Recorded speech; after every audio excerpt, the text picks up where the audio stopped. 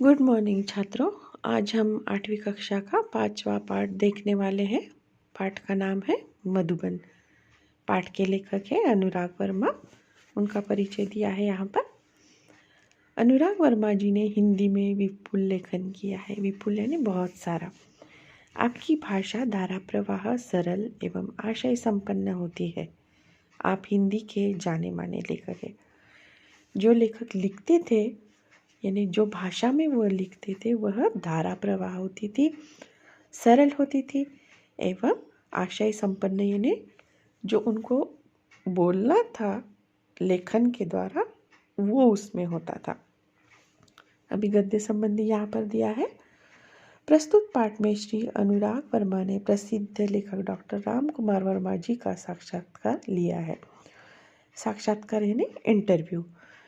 यहाँ अनुराग जी ने डॉक्टर वर्मा जी से उनकी काव्य रचना की प्रेरणा, लौकिक पारलौकिक प्रेम, देश की राजनीतिक स्थिति आदि पर प्रश्न पूछे हैं।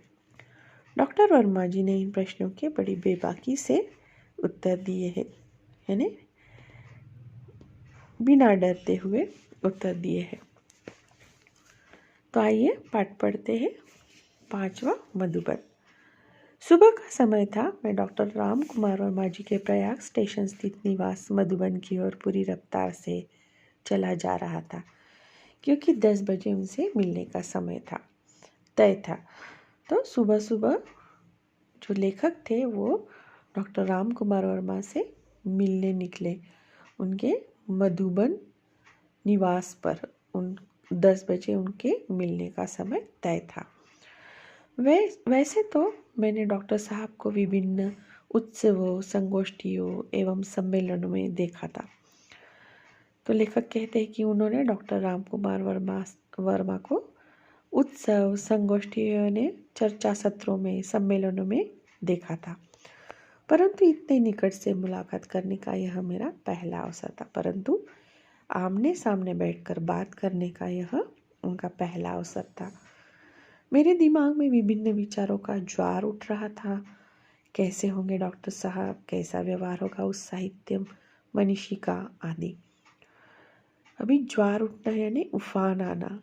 उफान यानी विचारों का उफान डॉक्टर अनुराग वर्मा जी के मन में आ रहा था, डॉक्टर राम कुमार वर्मा जी के बारे में, कि वो कैसे होंगे, कैसा व्यवहार होगा उनका उस साहित्य मनीषी यानी विद्वान व्यक्ति का।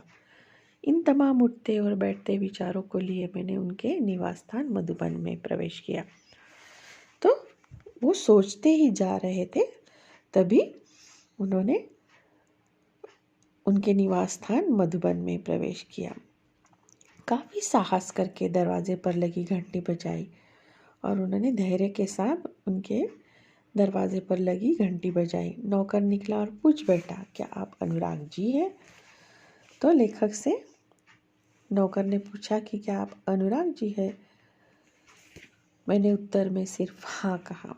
तो लेखक ने उत्तर में सिर्फ हाँ कहा। इसका मतलब है कि जो डॉक्टर राम कुमार वर्मा थे उन्होंने घर में बोल कर रखा होगा कि अनुराग वर्मा नाम के कोई व्यक्ति उनसे मिलने आने वाले। उसने मुझे ड्राइंग रूम में बिठाया और यह कहते हुए चला गया कि डॉक्टर साहब आ रहे हैं। इतने में डॉक्टर साहब आ गए। अनुराग जी कैसे आना हुआ? आते ही उन्होंने पूछा। तो नौकर ने कहा कि वो आ रहे हैं और उतने में डॉक्टर साहब आ भी गए और आते ही उन्होंने लेखक से पूछा कि कैसे आना हुआ। मैंने कहा, डॉक्टर साहब, कुछ प्रसंग जो आपके जीवन से संबंधित है और उनसे आपको जो महत्वपूर्ण प्रेरणाएं मिली हो उन्हीं की जानकारी हेतु आया था। तो लेखक कहते हैं कि आपसे आपके जीवन से संबंधित कुछ प्रसंग, आपकी महत्वपूर्ण प्रेरणाएं जो हम जानना चाहते हैं, इसीलिए मैं आया था। डॉक्टर साहब ने बड़ी सरलता से कहा, अच्छा तो फिर पूछिए। तो डॉक्टर साहब कहते हैं कि फिर पूछिए। लेखक पहला प्रश्न पूछते हैं, डॉक्टर साहब, काव्य रचना की प्रेरणा आपको कहाँ से और कैसे प्राप्त हुई? इस संदर्भ में कोई ऐसा प्रसंग बताने का कष्ट करे जिसने आपके जीवन के अंतरंग पहलुओं को महत्वपूर्ण मोड़ दिया हो। तो लेखक कहते हैं कि काव्य रचना लिखने की प्रेरणा आपको कैसे प्राप्त हुई।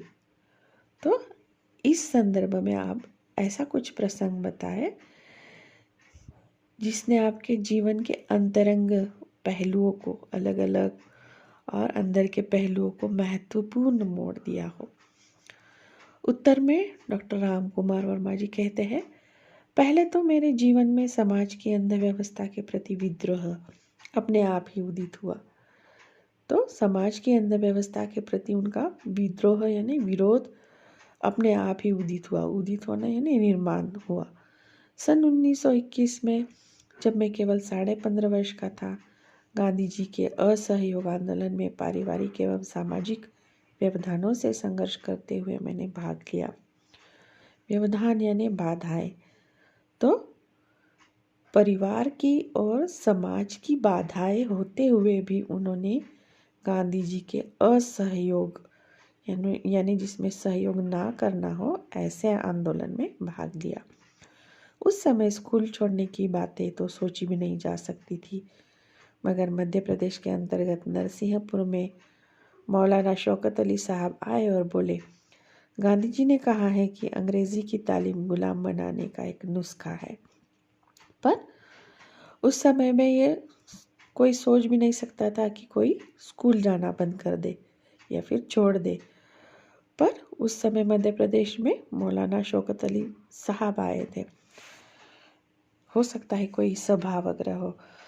तो वहाँ उन्होंने कहा था कि गांधी जी ने कहा है कि अंग्रेजी की तालीम गुलाम बनाने का एक नुस्खा है। जो अंग्रेज हमें अंग्रेजी की तालीम देते हैं वो हमें गुलाम बनाने के लिए देते हैं। ये एक तालीम यानी शिक्षा और नुस्खा यानी उपाय, ये एक उपाय है हमें गुलाम बनाने का, ऐसा गांधी जी ने कहा। तत्पश्चात आवाज़ तेज करते हुए कहने लगे मौलाना शौकत अली साहब, है कोई माई का लाल जो कह दे कि मैं कल से स्कूल नहीं जाऊंगा। तो वो कहते हैं कि है कोई ऐसा व्यक्ति जो कह दे कि मैं कल से स्कूल नहीं जाऊंगा। मैंने अपनी माँ के आगे बड़ी ही श्रद्धा से स्कूल न जाने की घोषणा कर दी। तो जो राम कुमार वर्मा थे उन्होंने अपनी माँ के सामने बड़ी ही विनम्रता से कहा कि मैं अब कल से स्कूल नहीं जाऊंगा। सभी लोग सकते में आ गए। सकते में आना यानी घबरा गए, सब लोग घबरा गए। बात भी अजीब थी, उन दिनों एक डिप्टी कलेक्टर का लड़का विद्रोह कर जाए। तो राम कुमार वर्मा जी के पिता डिप्टी कलेक्टर थे और डिप्टी कलेक्टर का लड़का ये कह दे कि मैं स्कूल नहीं जाऊंगा, तो घबराने जैसी ही वाली बात थी। लोगों ने बहुत समझाया, पिताजी की नौकरी की बात कही, परंतु मैं घर से निकल पड़ा। तो लोगों ने राम कुमार वर्मा जी से बहुत कहा, उनके पिता की नौकरी की बात कही, पर लेकर जो राम कुमार वर्मा थे वो घर से निकल पड़े क्योंकि गांधी जी का आदेश मानना था। इस प्रकार सर्वप्रथम मैंने सत्य एवं देश के लिए विद्रोह किया। तो इस प्रकार उन्होंने सर्वप्रथम सत्य के लिए एवं देश के लिए विद्रोह यानी विरोध किया। तब तक मैं 16 वर्ष का हो चुका था और राष्ट्रीय ध्वज लेकर नगर में प्रभात फेरी भी किया करता था। और तब तक वो 16 वर्ष के हो चुके थे और नगर में प्रभात फेरी यानी कुछ झंडे तख्त वगैरह लेकर निकलना। यह बात सन 1921 की है और इसी समय मैंने देश प्रेम पर एक कविता लिखी और 1921 में उन्होंने पहली बार देश प्रेम पर एक कविता लिखी। यही मेरी कविता का मंगलाचरण है। और डॉक्टर राम कुमार वर्मा कहते हैं कि यही उनकी कविता लिखने का मंगलाचरण है। मंगलाचरण यानी शुभ कार्य करने का पहला कदम है।